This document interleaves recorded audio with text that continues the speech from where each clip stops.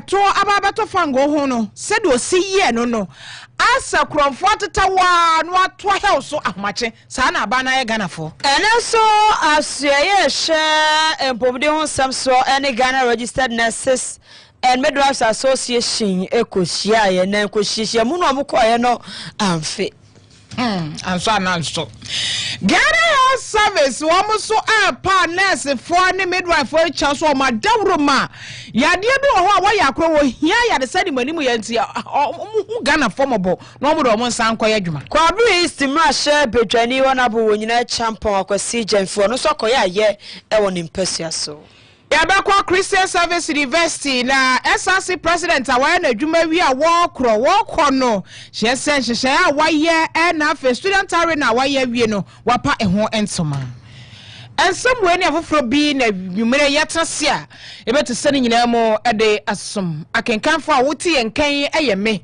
mrante no yaba maame efomwa kafena mene adwa nyako apronoma sirake wan ejina soba Sikka FM track one yen ye kro 89.5 e Sikka FM Sikka FM 89.5 yes suma santima Sikka FM 89.5 yes suma santima yes suma santima ne Ghana man ye wiase nyina ka hwafai ye wura esumne mo ankasa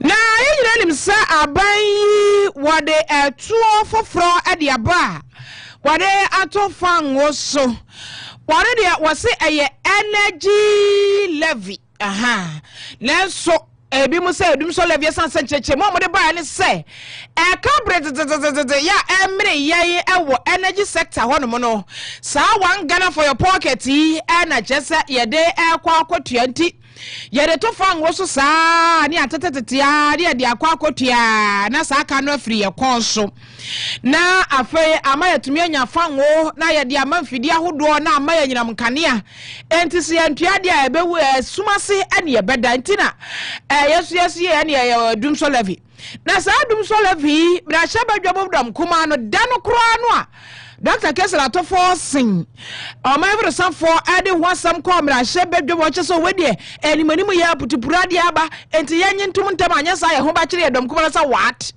yantra ane anya sa akwafo hye wentum ene omo sode epie firi mra hebe dwamu a wo ma antena mu bie kura ne so dom kase no age tum na nu ne dom kuma no a kire se sa levy dum so levy a Dr. Kase3 6Pm emi ekon no age firi ye we ho asedi aban no eheda kude wo ma atofo sende bamra shebedwa fi na sada no mu gina so gidi omo agetum no akwait se kronfo tachia mo a wode tuo ani akode ani asekai ekokro no bo na watetawa homache no yire no maada no wabeto health wo bupu no ni ato health di to asu na no se jiji wo japade nyina abra saa na abai we waye saa levy no saa no de baye na mra shebedwa dom kuma no ne sadwefo kasa no ana wafuasa ide bi mra shebedwani wanna bokwadwo ponkroma won di animu a wakasa ayo yentie no E-levy had an effective rate of 1% per transaction, yet it was described as pickpocketing. This Dumsor levy has the effective rate of 8% per transaction. And that's why we say that it is midnight road. The e-levy avoided transactions that were not in excess of 100 Ghana cedis, you will recall. I think that what the government should do is to conclude the renegotiations of the of the power purchase agreements which were started by the previous administration, and to pass on two things, the fuel and capacity charges into the PPAs. Government should include these in the tariff calculations to eliminate the need for off-book debts that are caused by the take or pay clauses in the energy sector contracts that were signed between 2013 and 2016. And you will recall that that is one of the major challenges that has created this stock of energy sector debt. Government should quicken the efforts to bring efficiency into the operations of GRIDCO and ECG to reduce transmission, distribution, and other technical losses. We're asking government to pursue a strategy that we proposed in 2024 to go heavily into renewable energy. Honorable Kwajo upon Cromase, E-Levy, among for say E-Levy, and no crow, Modibatum, Shebe, fear, no moody betty, or hoody, whom Commoni, a de gun of fortune or margin in Acrano. Not must say, at the sa a bino and Saturday to bottom, a bino yard to bottom, Nanado buy Sabra, no yard to bottom, Namudi, I'm going to queer, Namudia here, Momodi and Eddie, Modi and the arm robber palm, I'm robbery, I'm robbers, pan, and watch it to a so.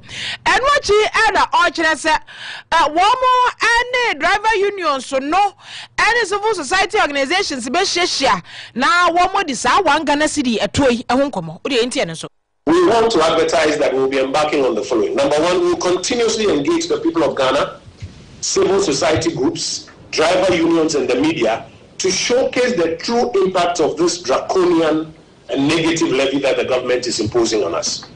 Number two, we'll continue to stand with the groups of honest Ghanaians, the driver unions, the chamber of oil marketers who are opposing the levy or asking government to pull back and to engage better and not to go by this midnight introduction into parliament and using their numbers to push it through. We know the government has a lot of goodwill, but this is not the way to do things. Number three, we'll continue to stand in solidarity with the chamber of oil marketing companies in their position that this downstream sector is already heavily overtaxed. And I tell you, your first year, you be Rasha Bedwani, welcome Rasha Bedwamuso, Bedwakua, Wamaka economy, and half in Punto as some committee, no, where deputy ranking member, was so honorable, Kwajo upon Croma. Yanko and Pomodeo, some way now, I watch your chairmo. And Ghana Registered Nurses and Midwives Association were so every one strike no I say no more some more can da any say a church in Yanambi or money are buying any kind and say I can want someone now commotion musa buy anybody do your kaya so so a ban when you should be seen I can say a church in Yanam my year and runti and I was so and quite you may year say woko asupiti a hodwa I just say a man for a crying pa one another day apomedia so ene ka set wo mo no be hia atena table round ne ho akodi nkomo wo mo ko meeting no o makodi nkomo na asamo apomedia so ene de ko nyina se kebe ya Enka Association of Registered Nurses and Midwives Ekwomuntie now condition of service 2026 dia no kwomo sesano na kwomo kafoforo na mpanyifo hye no omuni so efa emo na so ekwo icheso omuntie ase de omukọ kan dada no a omudi hu kwomo no omugitu mu no eno anu omo hye ni mu se ebeba na Okompo aso ya wa kasamafo eye Tony Goodman wono Goodman wono na wagina aso na namu a wa kirem de na meeting no ekoye nti. We have both we are open to any proposal they may also come back with. Don't forget, I said today on our channel, we are open to any discussion. We are not saying that whatever position we are holding is what they should take. They may also have their own position. We will look at it and see where necessary we are classed. That is what negotiation is about. Any thing you Tony Goodman one na kwa pomdi se ho a oya kasama phone no se aso na e krado se panifo no omadwen so betena se di komode a ene ombekọso a edi komodie akoso na obi a woje tete o confirm not nursing and midwifery training college one so kire se the strike hawa hodo a ede ebrade suafo no si ntie. We are in our revision week for our next semester, so teachers are supposed to be in class today so that they help us to revise for our next semester, but it's quite unfortunate. Health workers are on strike and we can't study with them, so it's really retarding our studies. Today we are just in class, we are not learning, we are just slow, nothing ongoing.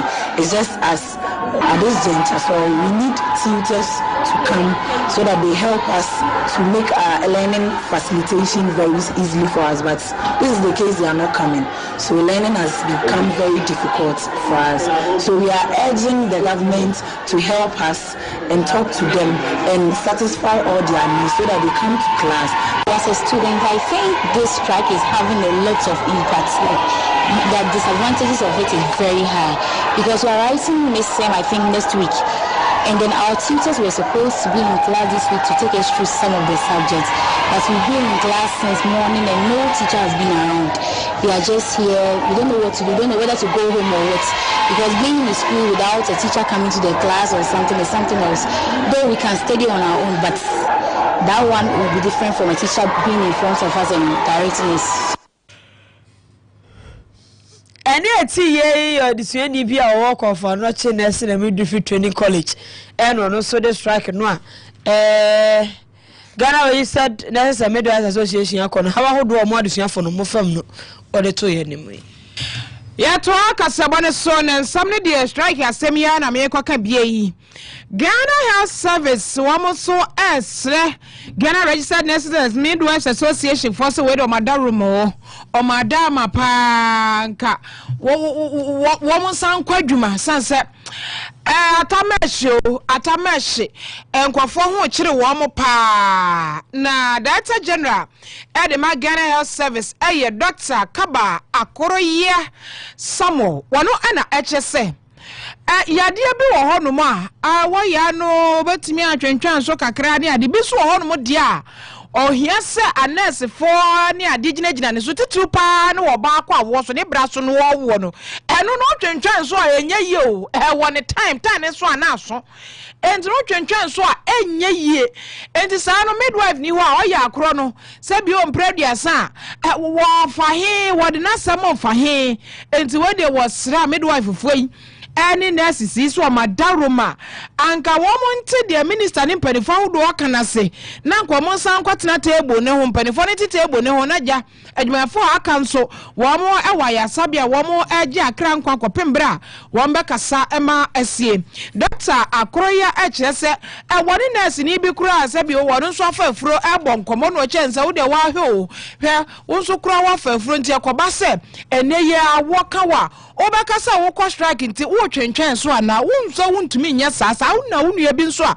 wono so wonye nurse ni wono so ntumi twentwen so ti we de wadawroma ebe ya nka monko na empanifo ehwe nkomodi aka no ento so sere be ya ade a mo sre no monsa ebetumi aka na yenti se the Professor Samuel Kaba Akoroya eka na asem. Let me also take the opportunity to call on our sisters and brother nurses to come back to work. Then like yesterday I said to one nurse that if you come to the hospital now, you as a nurse and you are pregnant, you are going to because she was a pregnant nurse. What are you going to say? Will you say, I won't deliver today because you are on strike? You will be shouting, let's all do this. Let's go back to the negotiation table. If it's your auntie, your mother who is sick, what are you going to do? Will you say, I won't take her to the hospital because we are on strike? And when you go to the hospital, who do you expect to take care of your mom or you yourself? So I humbly add my voice to the Honorable Minister that please come back to work and let's continue negotiating. Director General Ghana Health Service Professor Samuel Kaba Akoroya. Yanto akasiabone so emfa ema way ye kwa Abri East abato empesua so hoso mu ahye bedwani honorable akwasi Jamfi onyina champion na said enim se adesuafo a omo ewo BEC no na so omo JHS to omo babo omo so mekwakochiro BEC so hwe no yame ya adomu awukuada no nti honorable ye na da wono so eko sukusu a ewo ne pesua so eko che mathematical set edem adesuafo be se 6,000 already there dey cross wanya yimu kan dey nim say na ban school for no kwa na nya enso we dey private for ne aban nyina o ma wo bia ebi we no ne ofato me che dey ntia otu sa na moy tempo ni nyina ne say wa waka omo control so me as member of parliament me kire omo se metawo mo cha kwa adwin nyina so tawo mo na ye dey kakra ye se ye na kire omo say na kupon ni omonko tiana omosua no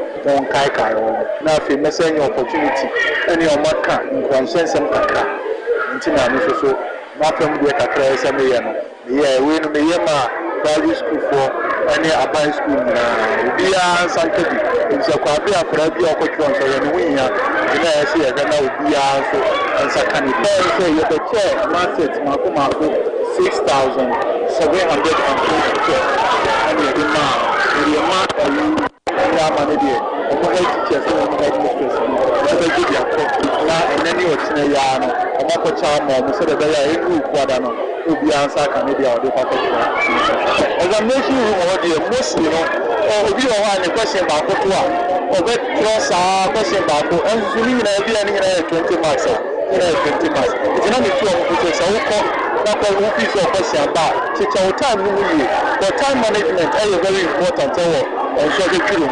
So when time no one managing time ends on the amount of 5 hours ends on. And so managing the amount 1.5 hours now. Which will be a 3 degree hour passing. I'm a child, so I'm going to teach you more time. I will meet you. And then the panicking. I'm catch on the speaker. I did be the question to the question to now person who feels you can't carry in our we will breathe in and relax. Sometimes we take it there 5-10 minutes and they are really after now when we say answer like we start answering the question. So I know shall say to see how the speaker. The question you see how you say we are now advanced so far and continue with everyone. It's I don't know a teacher for any candidates in at a job for Islam. Your mobile yarn my say my mouth on the much wrong. So the two we say which are walk around the any answer what you are for the command example. Honorable Akwasi Jenfi wo nyina champion Kwabri East Marshal Bejani ene atene kanwachi na Madam Mavis Sachre won na Kasama for Dema Kwabri East Education Directorate so also the same kakra eso so yenti say the people are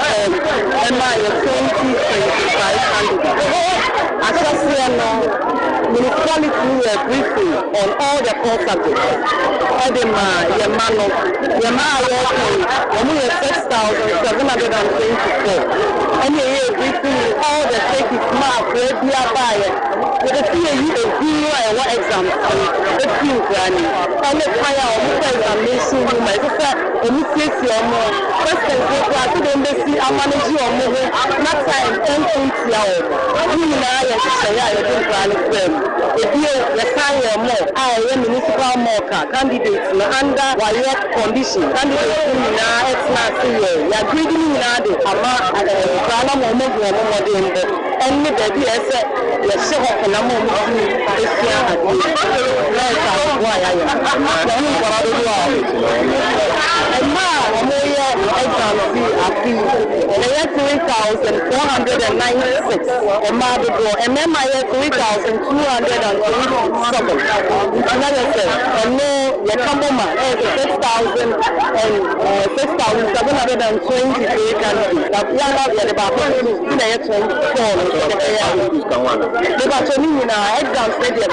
into when we are talking about candidates, we are talking about candidates from the municipality.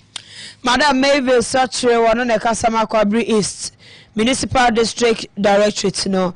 And what she and a chairman dema ankranko suku ne fa Kwabri East Ora Kofi Amto ono so ejina nkofo nyina name eda MP ase. Me dey Mr. Kofi Amto me na me da private school sa e wo Kwabri nyina. It's a idea and a no the BS da ba tane dey na bro so kra. It's a private school for employing for any Ghana education service for employing for you better honorable MP as or public honorable Kunyana. As a info the NTBR and so what in years are viewing at the Ama private school. If you can say Yami is now